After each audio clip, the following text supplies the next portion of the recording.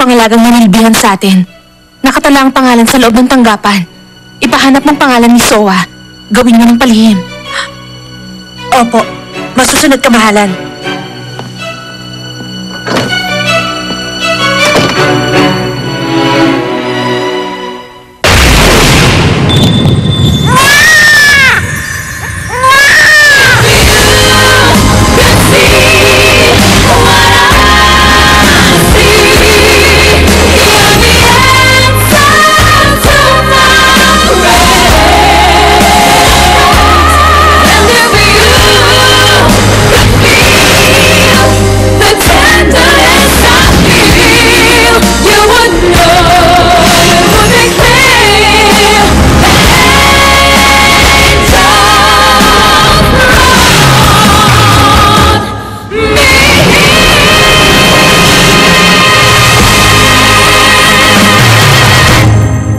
Naku, ako talaga kinukutuban na ah.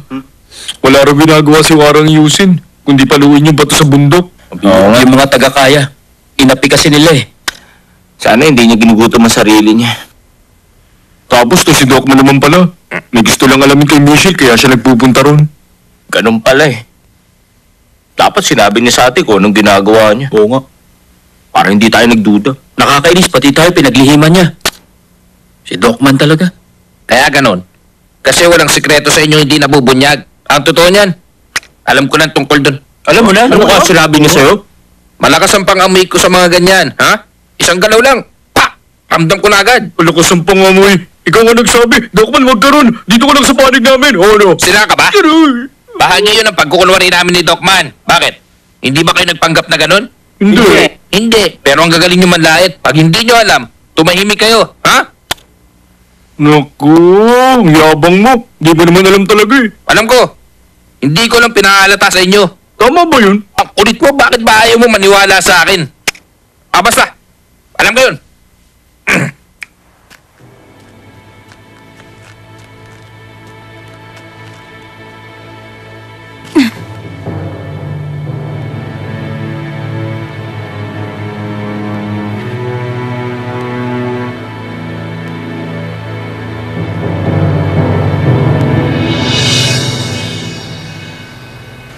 Eto na!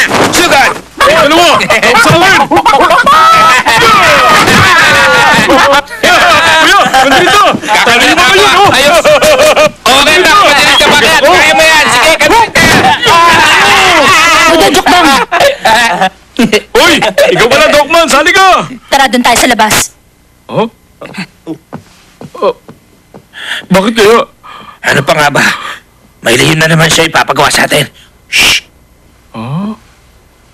Tabi, tabi! Tabi! Uy, may gagawin kami. Babalik kami agad, ha? Teka! Ay, dapat mo!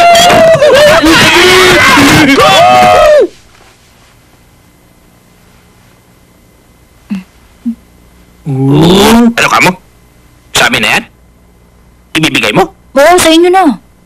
Uy, hindi ko gagawin. Hindi. Kuya, bakit hindi? Ibibigay niya sa atin lahat yan kasi mapanganib yung ipapagawa niya sa atin. Hoy, Docman. Masaya na ako. Wala na akong pwede pang hilingin. May magagandang babae naghahanda ng pagkain ko. Meron tinutulugan. Pwede na ako mamatay. Kaya sa tingin mo ba, gagawin ko pa yan? Ha? Huwag na lang. Sa'yo na yan.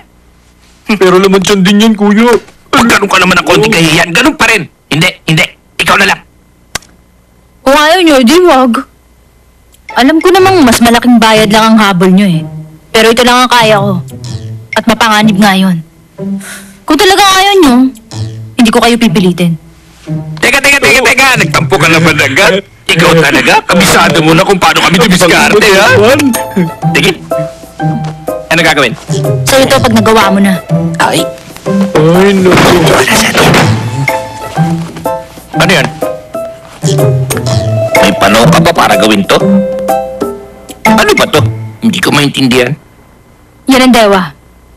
Bulagan Dewa. Ano bang lugar yun? Doon tinatago ang mga panawagan, kahilingan sa... Pag hindi mo alam, tumahimik ka lang. Ay, teka. Magnanakaw ka ng panawagan? Walang nanakawin.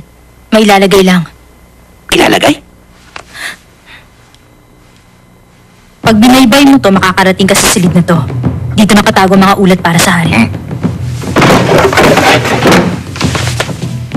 Eto, ang kailangan mong gawin, ipasok to sa silid. Ito? Ano ba to? Huwag mo nang alamin kung ano. Ano, kaya mo? Ang gagawin ko lang, ilalagay ito doon. Oo, yun lang ang kailangan mong gawin. Huwag kayong gagalaw ng ibang bagay dun, ha? Maliwanag? Oo na, ilalagay lang namin doon. Wala na ibang gagawin. Ilalagay lang namin. Wala na nakawin. Walang nanakawin. Sandali. Gamit ko. Ito, kailangan ko to. At ito, Ayos yan, kuya. Parang handa ka palagi. ako ang dakilang. Si Jukbang. Bang! Ano yan? Ito? Pinag-iigib ba kita?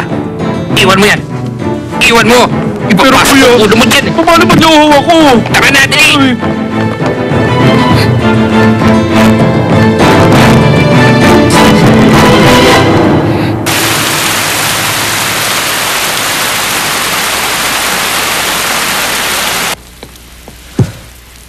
Anong nangyari dyan?